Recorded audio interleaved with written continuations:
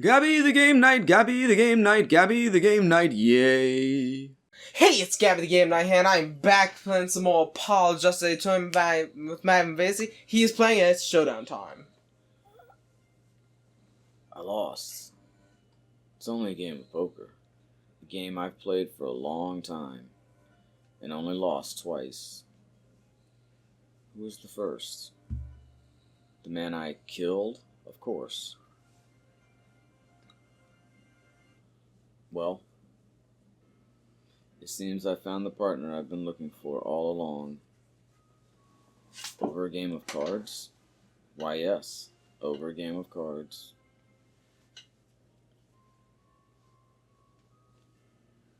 That was how we first met. 7 years ago.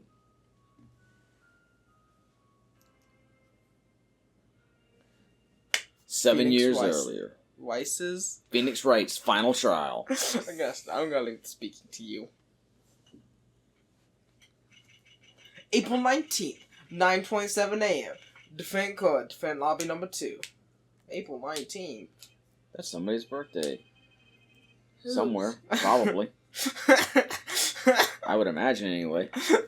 Gotta be, right? All the people in the world. There can't be no one born on that date. Okay.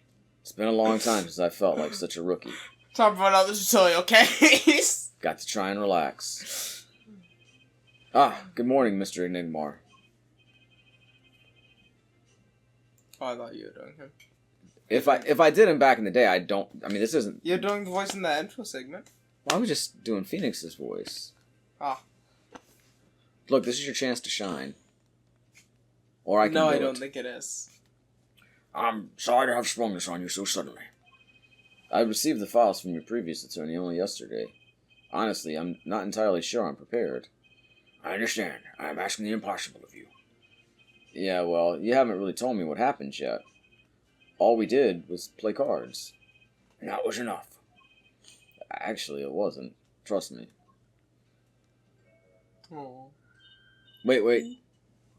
Should we? Oh, so... You want to do Little Trucy? Then get that cat leave. But then I guess I have to do it. Oh, Dimmer and Daddy? Ah, I'm so glad you came. You okay, Daddy? They're picking on you. I don't know what's that. I'm fine, as always. This old boy is here to help me after all. Yeah, you can just do your regular voice if you want. Oh. That's young man to you. Good morning. That's Phoenix. Oh, that is Phoenix. Let me take in my voices. Good morning. That's a cute outfit you have on. Then You did do your regular voice.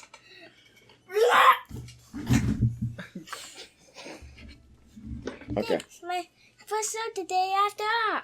I love the way they put the 3 question marks. Like, we don't know who this is. Who could this be? This child could be anyone. I think it's Apollo.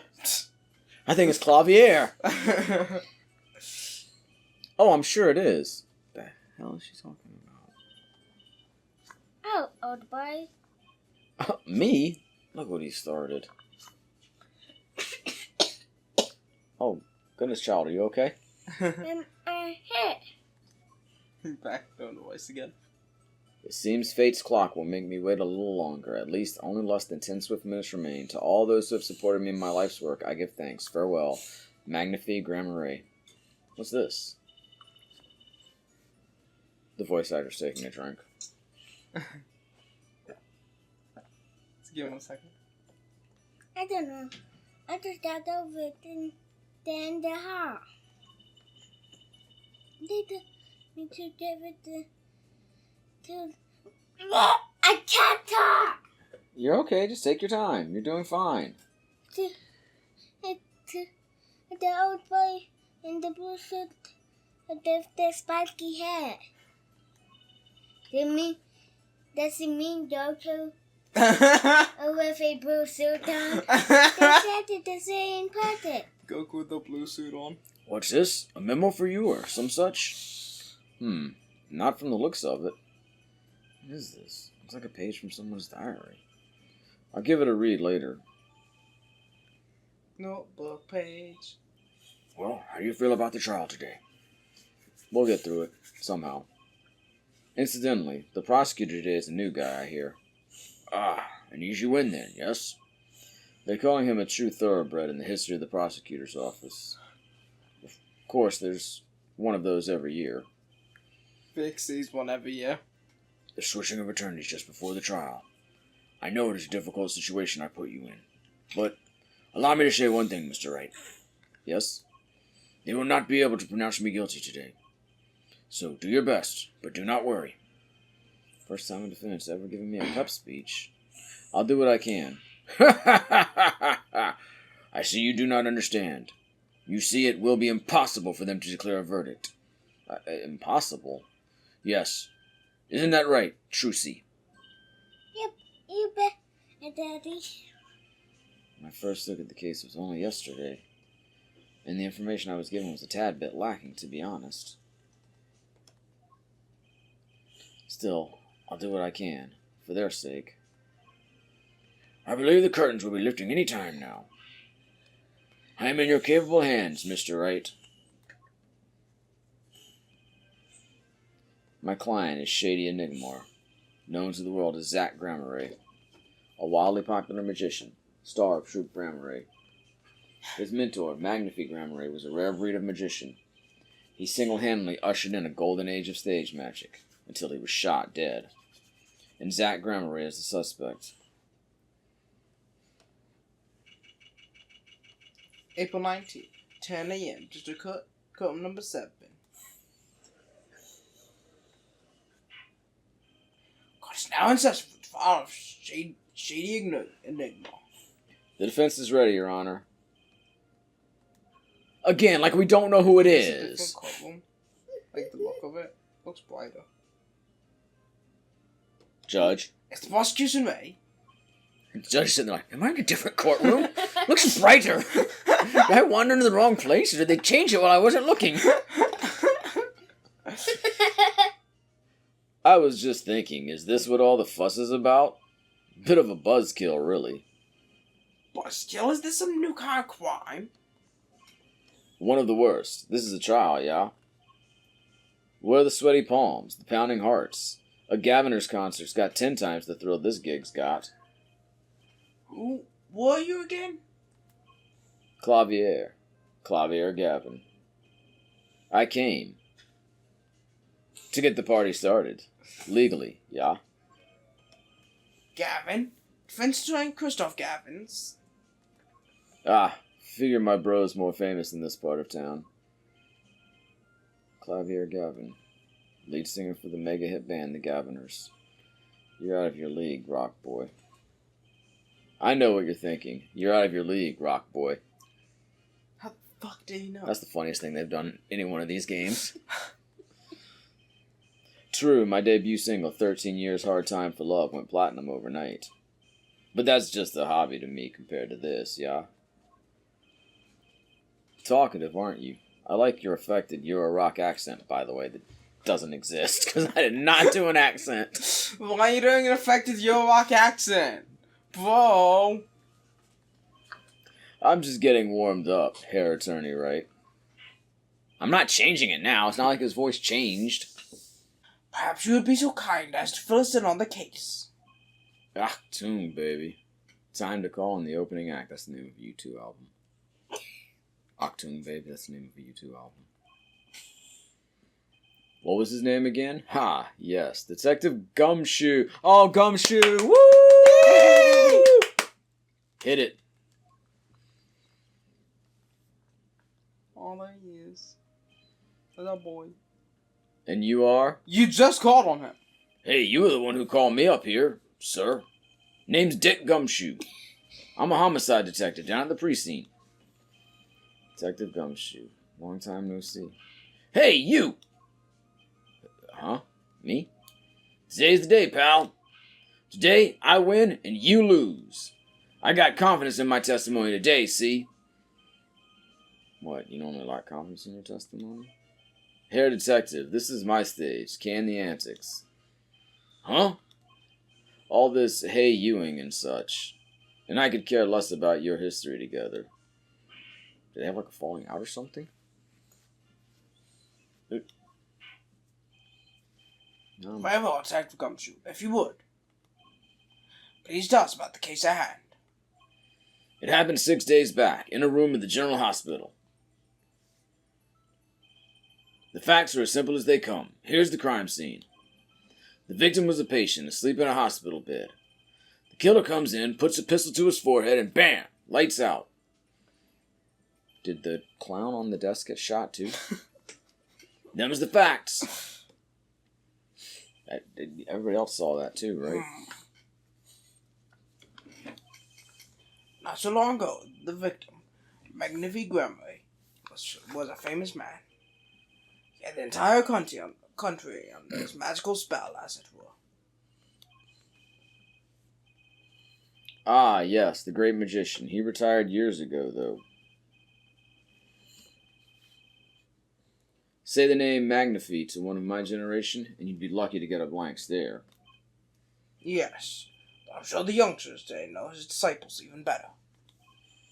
I dare say Troop Grammy has made quite a name for themselves. Anyhow, the retired Magnifi's been in the hospital for the last year. What was it? A malignant tutor or something. Doing something to his liver, I think. Yeah. A malignant tumor, perhaps? For once, the judge is the one who's quick on the uptake. In other words, he had liver cancer. He had only 3 months left to live, in fact.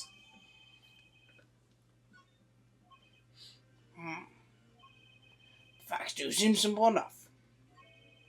But something's not right. The victim was already climbing a 3-month stairway to heaven. Why not wait for him to knock, knock, knock on heaven's door? Why shoot him? I am here for the music puns. I get that reference. I wouldn't have put it quite so lyrically, but it's true. Why make the effort to commit murder when the victim was about to die? Incidentally, the victim had a serious case of diabetes.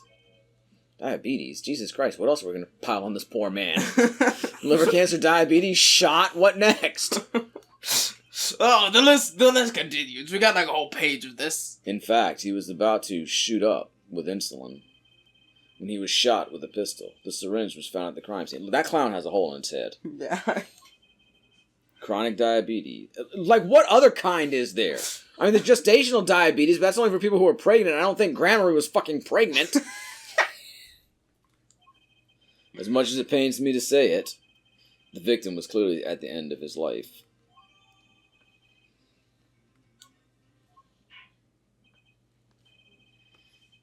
I believe the question before us is clear then. Why did the killer have to shoot this dying man?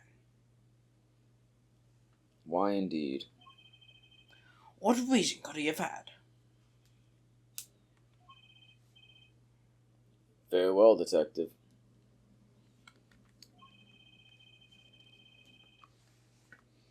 Perhaps you can enlighten us as to the circumstances of the shooting. Yes, sir. I don't remember that shotgun being yellow. But did they take it or not? The circumstances.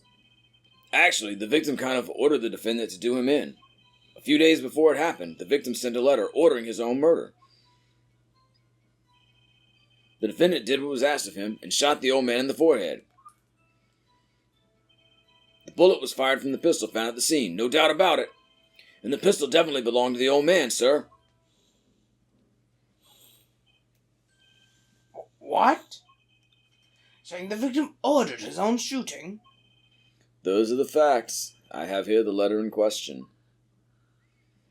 To my beloved student, Zach, to you I entrust the task of never mind. Guess we'll read it later. The task of never mind. The later is now. Go with it.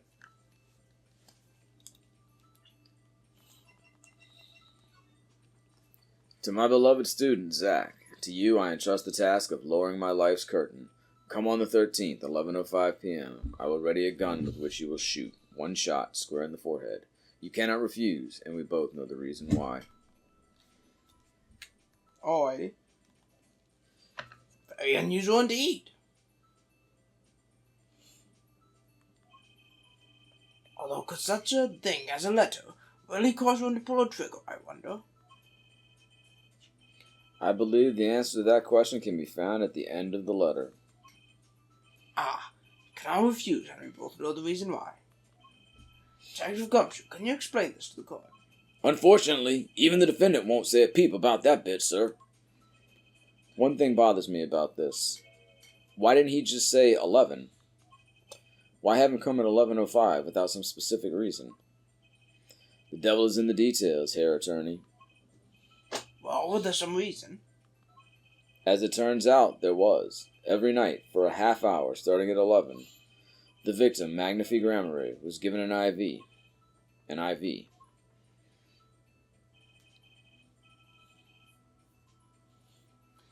There it is in the picture, it's off to the side of the bed. At 11, a doctor would come to set up the IV. 30 minutes later, he would come back for the empty bag. This happened every night, without fail. So that was the only time they could meet without the chance of an untimely interruption. During his IV. Very well, shall we begin? Mr. Wright, your cross-examination, if you I should have mispronounced IV as 4, that would have been funny. What's this reason he couldn't refuse? I wonder. So why is the bowl hole so clean? Huh? Oh. He could have at least mentioned it to me.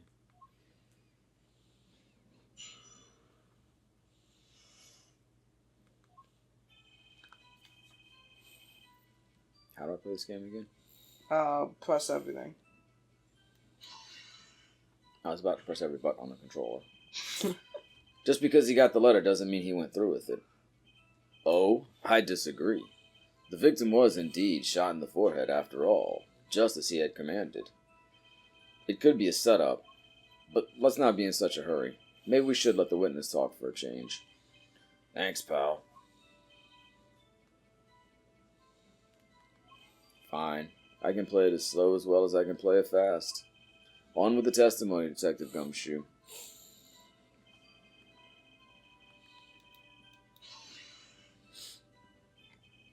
And this letter was sent by the victim?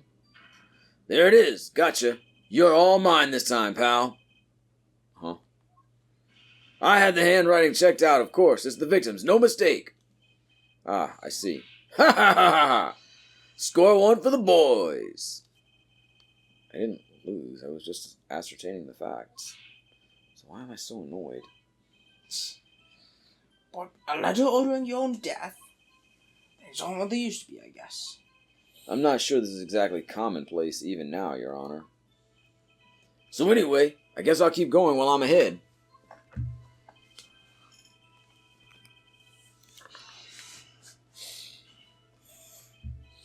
How can you be so sure? Hey, you gotta learn to stop relying on people to do your thinking for you, pal. Learn to think for yourself. Get that noggin cranking. Fail to grasp the concept of questioning, Detective. First, we got this letter. It says, shoot, in the forehead, loud and clear.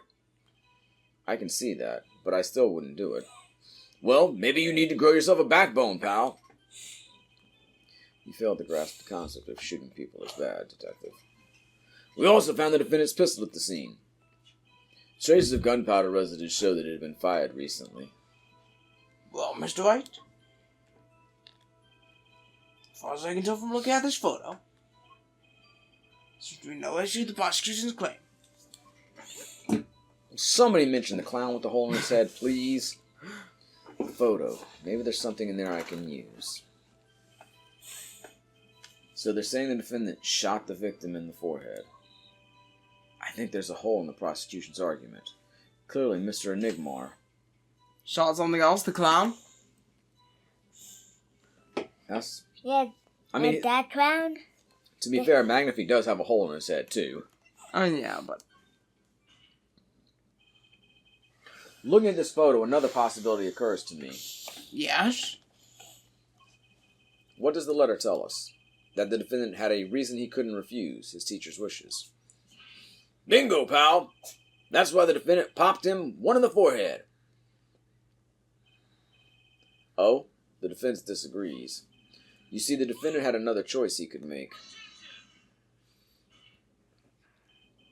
What? And you can prove that with this photo? I can prove he had a choice, yes. The defendant might have fired like he was ordered, but he didn't shoot the victim's forehead. Well, let's hear what you're thinking, Mr. Wright. If he didn't shoot the victim's forehead, what did the defendant shoot?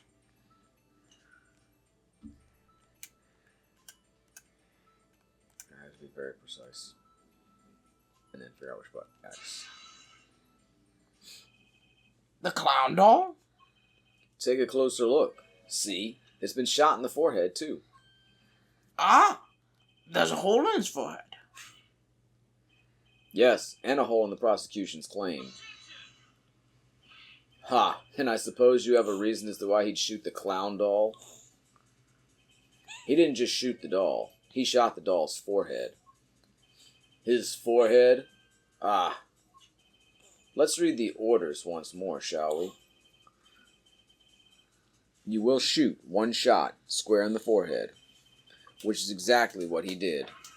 He shot the clown doll square in the forehead. Defense has raised an intriguing possibility. That hole in the clown's forehead definitely looks like it was shot. Bailiff, send someone to investigate this matter. I admit, I'm impressed, but I expected nothing less. Still, this doesn't mean he didn't shoot the victim. Perhaps he did have to shoot a forehead, as ordered. But the letter says nothing about whose forehead. This was the only way he had to follow his orders without taking a life. The bullet hole in the clown doll's forehead does demand an explanation. Might very well be a clue. Prosecutor Gabby is right. It alone did not prove the defendant's innocence. Cannot say for sure that the defendant didn't shoot the victim. So sorry, Mr. Wright. How sad it is to see the mighty fall. How sad it is to see the novice's overconfidence. He doesn't realize just how big this little hole is going to get.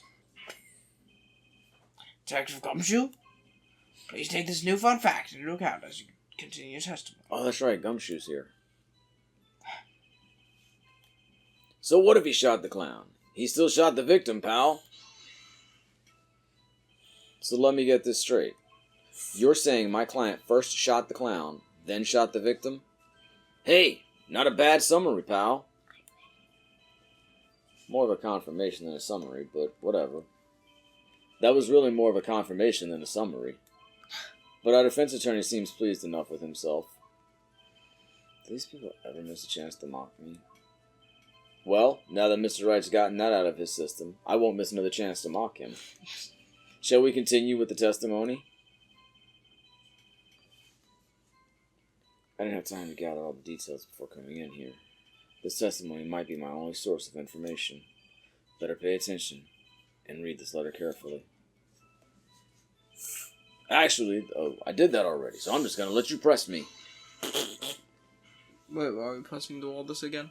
Oh, we did it all already? Yes. That was the end of it? Yes. Did the letter say it only had one bullet, or? I thought it did. Yeah, same.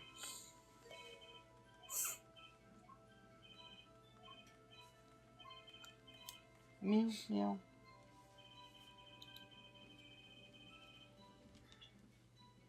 I can't look at the court record right now. I guess I can just present. Yeah, just don't press the present button.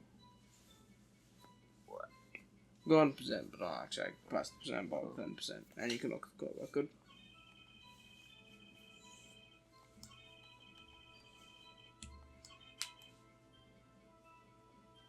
I don't think I did press on all this stuff, though. That got added in at the end, and I went ahead and pressed it. But yeah. I didn't press on all these.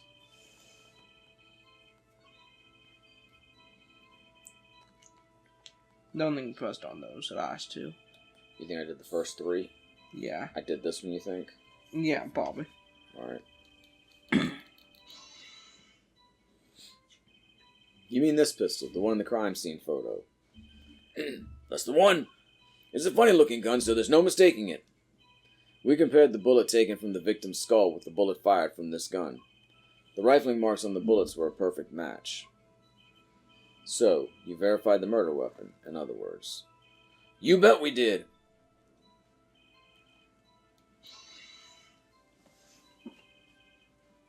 Why are you so certain?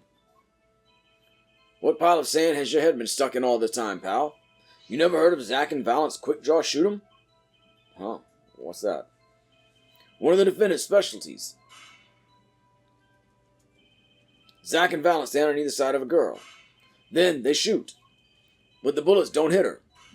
Instead, they hit everything else on stage. This is one of the pistols they used in their show. Got a great design, huh? Kids love it. Many boys and girls join the police because of that pistol, I hear. You know, that would explain a lot about the police force. Troop Grandma stopped doing that act a while ago. The old man held on to that pistol ever since. I'd like to see the pistol in question. You got it, sir. Here she is. Well, this truly is a blast from the past. It's a stage pistol for magic shows, see? But it can fire real bullets. It looks so much bigger in real life than on TV. Yeah, but it can only hold one round. By the way, the pistol's firing chamber is empty. And it shows traces of having been fired recently. So, were any fingerprints found on the gun? Unfortunately, no. Of course, the defendant is known for wearing gloves.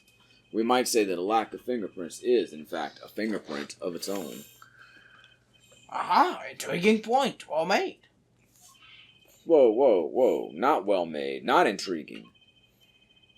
In any case, the court accepts this evidence.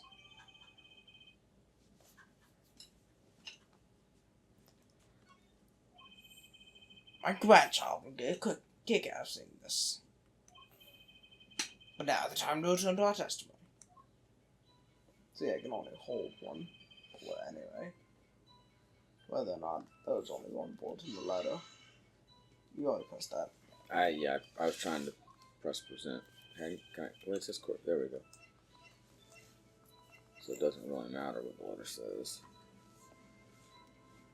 It just says he'll ready a gun with which he will shoot one shot. It doesn't say. But the gun can only. Yeah, we established that. But they also established that that shot killed the old man, so. A shot from the gun. Yeah. So what I'm saying is that pointing that out doesn't help us at all. But unless Zack brought in some ammo with him, then he could have only shot the clown.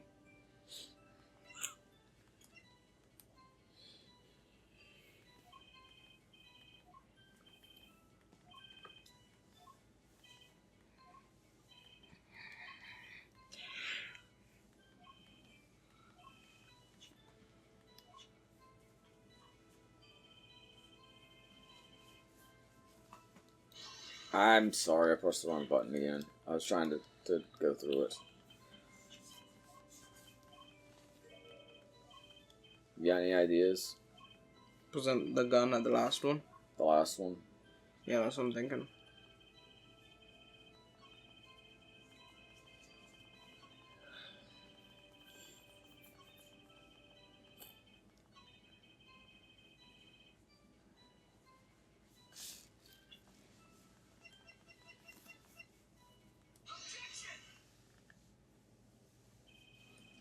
The trickiest cases often seem the simplest. Prosecutor Gavin, you missed the bullet hole in the clown's forehead. If you hadn't missed that, you might have come to a very different conclusion. Understand? Yeah, but like I just said, pal, after he shot the clown in the forehead, he went and did nothing of the sort to the victim. The pistol proves he could not. The murder weapon? How? It's quite simple, Your Honor. The pistol only holds one bullet at a time. Ah! If he had shot the clown in the forehead, he couldn't have shot the victim, too. Yeah. That's not a contradiction, not even close. All he had to do was reload the pistol after the first shot. Oh, where did he get the extra bullet? They're not so easy to come by, you know. If you claim the defendant had one ready, then prove to us how he got it.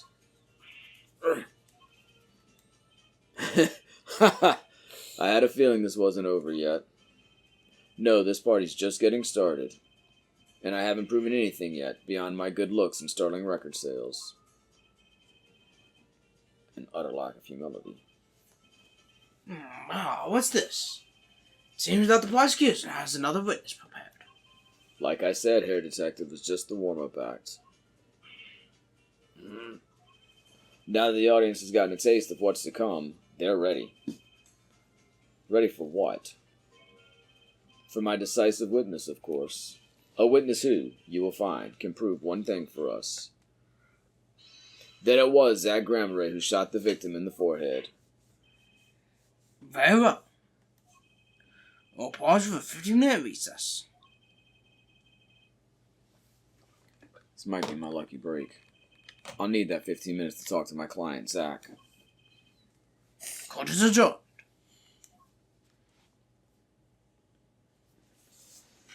Alright, well, thanks for watching this episode of Gabby the Game Night. Like I was got good shout out. This is most Good funny. show, huh? Most funny. Who shot the clown? Good night. Gabby the Game Night, Gabby the Game Night, Gabby the Game Night, yay. Come on and watch her play. New games every other day.